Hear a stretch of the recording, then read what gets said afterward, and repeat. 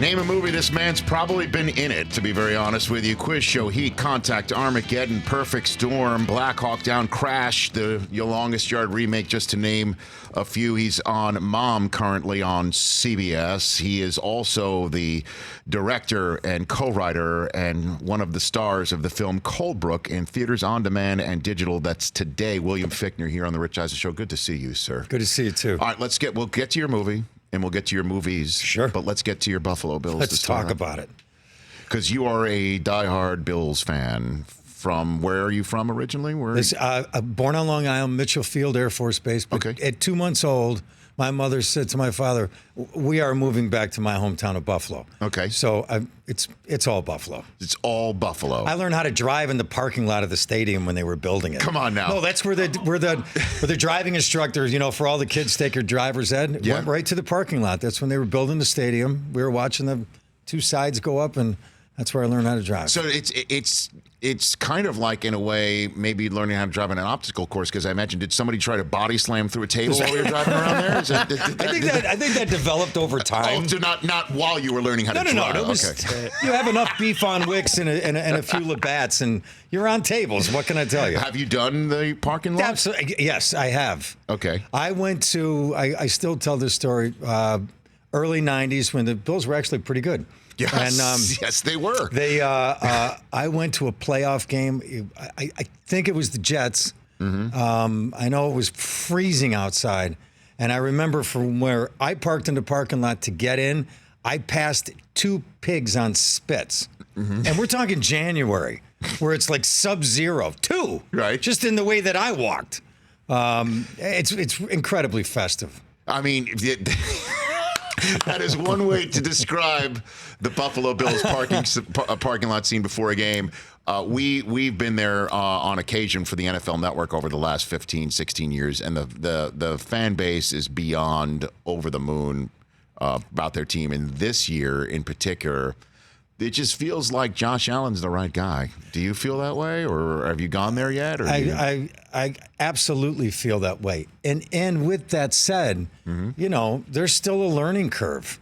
I feel like the Bills have yet this year to have 4 unbelievable quarters, but they're winning games having 2.5. Right. But I'm looking forward to that game when it's 4 quarters. And a lot of it, is a learning curve. And, you look at Josh's stats. I think he's, he has the best, completion percentage, I think, in the NFL in the fourth quarter. But we got to get to the fourth quarter and be in the game. And he's had a few come from behinds already this year in the fourth quarter. So I am a believer. But the thing that I'm waiting for, yes. I said this to my son this morning, just this morning. You know what I really want? I want that 350-yard game for Josh, because it hasn't come yet. And when it happens, I think it'll just like free him. Right. He did finally break that stretch, right? Where they're non-300-yard games. He did have one where, and Kelly was in the building, and Jim loves him too. He feels like I don't want to. I'll just go there. It doesn't seem like there's a Trent Edwards here situation, right? Like, you're not having a false belief that this kid actually is the real deal. You know? Well, you know what? If he's not doing it in the air, mm-hmm. and he sees an opening, that's the one thing that nobody talked about with Josh when he was coming there. If he takes off, nobody did. You're right. And the truth about it is, when he takes off, I remember a couple of plays last year, and I'm sure the coaching staff, every time he takes off, are like, "Oh, please don't, right. Please don't run." Right. But I've seen linebackers go after him and they don't catch him. Mm-hmm. He can motor and he's a big guy, but this year you'll notice that he'll slide. Well, at least William Fichtner here on the Rich Eisen Show. At least Brady wasn't in the league yet when you worked with Affleck on Armageddon, right? I mean, because no. But was he talking about New England at the time, or is you a Buffalo guy? Or listen, people in New England talk about New England a lot. The true story was 1998, and I'm working on this film. Might have been 2000. Okay, right. Working on this film called "What's the Worst That Could Happen," and I was shooting in Boston with Danny DeVito, and all the Teamsters guys are around, and great guys, and we talk everyday sports, and they just couldn't stop talking about the Yankees. This is before Boston went on a sweet little run in the 2000s. Yes. Couldn't stop talking about it. Sports radio. Can't stop talking about the Yankees. One day I looked at all these guys and I said, I hate to tell you this, but they're not really talking about you guys in New York. They're not. It's really a you thing. 27 or whatever it was at the time, but Boston's a great sports town. I know it's it is. Bottom line. There's been they've been spiking the football and more than just other sports. He's a Boston guy over there. Yeah, I'm not looking over there. Did you marry? Did I hear you married into a Boston sports family? You could say it that way. I did marry into that. I did. I married into a Boston sports family too. She's from Worcester, and it's all Patriots. So on the weekends, there's two nice TVs in the house, and one's nicer than the other. So I look at my 17-year-old son, and I'm like, let's have a Democratic vote. It's like, Kimmy, you're going downstairs. Because the two of us just voted for that. She goes, you want dinner tonight? I'm going upstairs. William Fichtner here on the Rich Eisen Show. Well, that's amazing that you're a diehard Buffalo Bill. So who's your guy growing up? Who's your Bill fan growing up? Who's your... Player-wise? Yeah, who's your guy? I love Steve Tasker. I loved everything about that team and Bruce Smith. And when I was really younger, that was back in Jack Kemp days. Sure. When Darryl LaMonica was the backup at the old Rock Pile. Rock Pile, yeah. And I remember going to games there with my dad.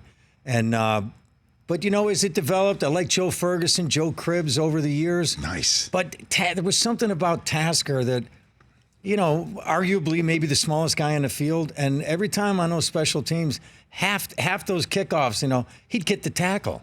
He was amazing. He'd just fly through people, over people. I just thought, wow, I just want to do things in life like Steve Tasker plays football. A lot of people have mentioned that if they do finally put just a pure special teams player, not a punter, not a kicker, but the guy who just tackles or returns, that he'd be a Hall of Famer. Yeah, Steve Tasker. No doubt about it. No doubt about it. He was unbelievable. Okay, I love it. So let's talk about your film Colebrook before we go down a little bit of memory lane with your filmography. You wrote it, you co-wrote it, and you directed it. Tell people what it's about, essentially, and why you decided to make this film. Well, the whole thing really began for Colebrook in 2001. I spent 5 months in Rabat, Morocco, working on Black Hawk Down. Mm-hmm. And I met two of my all-time best friends on that film. It's not like you don't meet great people along the way, but this particular film in Morocco together, Eric Bannock, Kim Coates, the three of us, buddies for life, came back to L.A. Coates lives, half an hour, 10 minutes from where I live. And I went to another good friend of mine, Kane DeVore, and I said, you know what, I got an idea for a story, but it's something I want to write to do with Kim. And so it really all began there. And then started putting this story together about two guys in a small town. I set it in Cortland, New York, south of Syracuse. Sure. And two ordinary guys that have this extraordinary experience and ultimately are faced with this decision of how far do you go to help a stranger. I wanted a story with that had meaning to it and a journey of two guys and how do you find your best self. And out of that came, it didn't start off this way, but something that had a lot of historical significance of how this story developed. But it really developed just in the process. And all of a sudden, 5 or 6 years after working on it, we looked at each other and said, I think we got a story that we could show some people, and let's try to raise some money. And 13 years ago, I've been looking for this day, today. No kidding. Yeah, that today would be the day that it would see the light of day. Because the truth about it is, Rich, just to make a film, even if it works for an indie film, there's no guarantee you're ever going to get to a movie screen. So I'm mighty grateful. Well, congratulations on that. Yeah. I mean, the way that how long it takes for something to get made. Yeah, to put it all together. Exactly. And I work on, as you said earlier, I work on this show, Mom. Yep. So we do the live shows on Friday night. I told my wife it's playing here in L.A. at the Lemley Playhouse in Pasadena. I said, you're going to go with all our friends? Because I'm getting on a red eye, and I don't take red eyes. And I'm going to Buffalo this weekend. I'm going to introduce that film. Kim Coates is already there. I told him, I said, I'm going to Buffalo. He goes, oh, you're going to have a great time. I said, no, so are you. So you're going a day before me so you can go talk to people. I'm going to meet him tomorrow. He's picking me up at the airport, and we're going to introduce the film all weekend. Back in your hometown, Yeah, essentially. right back where it all began. Well, unfortunately, the Bills are in Cleveland this weekend. And that's why people are going to come and see the movie, hopefully. That's why I'm going to go and see the movie Sunday afternoon. Well, you should check it out. Cold Brook, again, in theaters, on demand, and digital today. It's been a long time coming for William Fichtner. Okay, let's get into some of these films. What I could just feel when you're in heat in that film, and De Niro tells you that there's a dead man on the other end of the line. Yeah. Do you even just hearing that or knowing that it's De Niro delivering that line actually have a sense of fear, William? Does that happen in acting? Well, you know what I remember? I remember that when we did that part of the scene, Yes. I was in New York, and they said, we're going to call you about 3 o'clock in the morning, and the phone will ring. Stay off the phone. I said, don't worry about it. It's 3 o'clock in the morning. The phone's going to ring. It's De Niro, and we're going to record the scene. So, of course, I get it, and De Niro's like, there's a dead on the other end of this line. Right. And I'm sitting there thinking, it's one of my first movies. Hey, man, that's De Niro. It's on the other. He's telling me I'm going to die. I'm fine with that. I think I said to him on the phone in between takes, how you doing, Mr. De Niro? Yeah, good. And he was like, okay, all right. And Michael Mann, how many times did he make you do it? Oh, I don't know if you're mentioning that because of Yes. some other thing you heard. Yes. But I remember it was first day of photography. So you get a 7 a.m. call. You figure you're going to go till 7, 8 o'clock at night. Yes. And they go the next day. First day of photography, 3 o'clock in the morning. Come on. Day one, I'm standing there.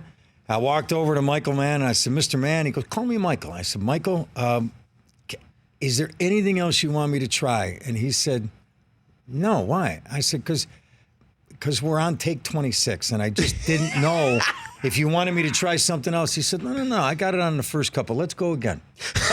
And it's like one of my first films. I'm thinking, I don't know what I'm doing right or wrong here, but just go with the flow. You went with the flow. I saw it recently playing around late at night on cable. Right. Oh, my God, I look like I'm 12 years old. Yeah. I mean, You have been in some amazing films, William. You have been in some amazing movies. How did you prepare? You mentioned Black Hawk Down before. How did you prepare for that film?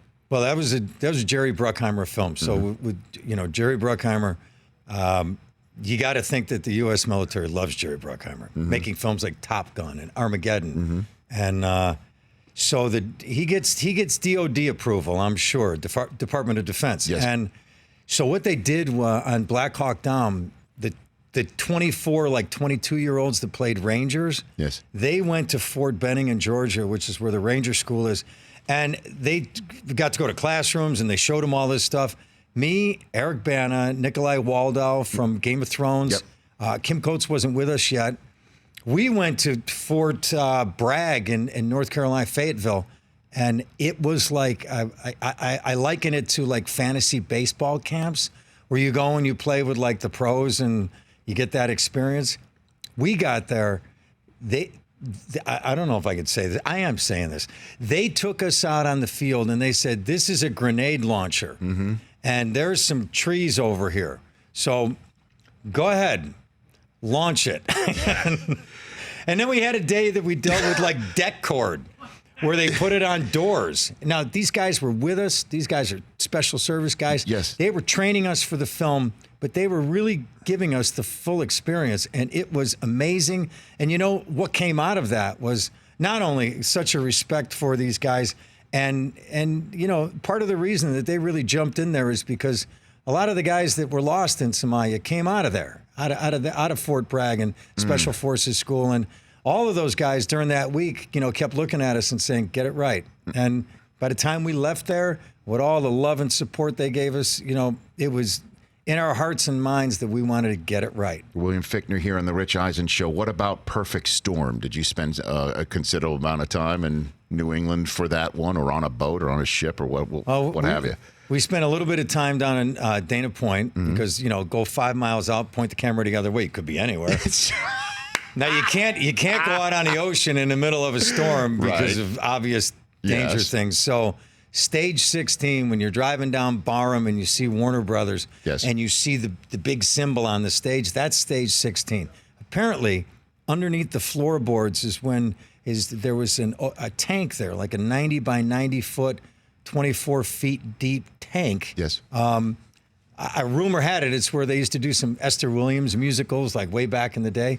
Well, they filled up that tank and they made a replica of the Andrea Gale, put it on a gimbal, hydraulic machine, and we shot in there all green screen. No kidding. So we would go in the morning, and that's where we did 2.5 months of the storm sequence. We would get there in the morning, and all the other actors on it used to tease me and go, "Hey, Bill, you got your wristbands on and your Dramamine?" Because you'd have a breakfast burrito in the parking lot and go hop on that thing, and they'd get it rocking and rolling. I do believe I was the only one that didn't throw up. Ah, who was the one who led the cast in all of Yakking? them just gave me Clooney great- was just seeing his breakfast all the time or something like that? Not the whole time, but I do recall that everybody, But not you. had not me.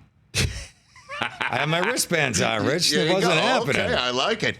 And last one for you here. Let's put up the photograph from Longest Yard remake here. Now you're playing it, and you look very Cole Beasley-like. I got to be honest with you, right there, number 19 on the screen. I'll take the Cole Beasley You're compliment. looking at right there. Did you have any Michael Irvin stories? You got anything from the set there, my guy Michael, or anybody else? I am absolutely going to avoid that subject. 100%. Come on now. But I will tell you this much: Sean Salisbury was there, and Okay. and he was like our coach trainer, Yeah. and for the quarterbacks. And my shoulder hurt for 2 years after that. Come film. on now. Oh yeah, I mean, at the time when we shot Longest Yard, I had to have been in mid-late 40s. Okay. So there's a reason why guys aren't throwing the ball mid-late 40s, Brady aside. Yes. But not being a quarterback ever before in my life, and that arm throwing motion and that Okay. was tough. So interesting. You could tell Salisbury stories, but not Michael Irvin stories, William, huh? Michael who? That's Who are you talking about? Didn't he play for the Cowboys? He did. Oh, now No. I see. What a gentleman. Okay. No, it's not that. It's not that. It's just, It's not a Cowboy thing. You think they were great. He's a great guy. He is a great guy. He is a great guy. So you think he stole Thurman's helmet? Is that what you're saying? Is that where you're going on that? I don't even know. It's somebody told that story. Did you ever see the thing, the Four Falls of Buffalo? You voiced that, Yeah. right? That's a beautiful 30 in for there, 30, don't brother. they talk about? I think they addressed the helmet thing. That is a great. I mean, if I'm not mistaken, Luke Russert was the one who put that Yeah. together. And that is an excellent 30 for 30. Well, it's and a you real, narrated that. It pays real homage to the city of Buffalo, and so I'll never forget that scene in there when they did the parade after losing the first Super Bowl, and they're on the steps of City Hall, and the crowd starts chanting for Scott Norwood to come up, and Scott Norwood's terrified because he missed wide right against the Giants. But the crowd wants to see him in this is late January, early February. It's 20 degrees outside, and they're cheering his name to get up to the mic. All the Bills in the background and Marv Levy are all in tears. And Buffalo is just going, don't worry about it, man. We'll get them next year. That's Buffalo. It sure is, man. Hey, this has been a lot of fun. Thanks for coming on here. My pleasure. Real appreciate it. Really good to see you. Everybody should check out Cole Brook in theaters, on demand, and digital today. It's been a long time coming for William Fichtner, for you to see it and enjoy it right now. And say hi to Nick Bakay for me there on the set of Mom. See him in about an hour and a half. I love that guy. He's Two the of you best. guys, who knew there's this big Buffalo Bills connection on the set of Mom? I love it. One of the stars and the showrunner of Mom, Nick Bakay. Push. I love him, man. Say hi to him. Will do. You got it. We're back with more Setting Up Shop in hour number 3. Josh Lucas in studio, Chris Brockman's news update, and your phone calls and more. For more of The Rich Eisen Show, tune to Audience Channel 239 on DirecTV for free on BR Live or download the Rich Eisen Show app.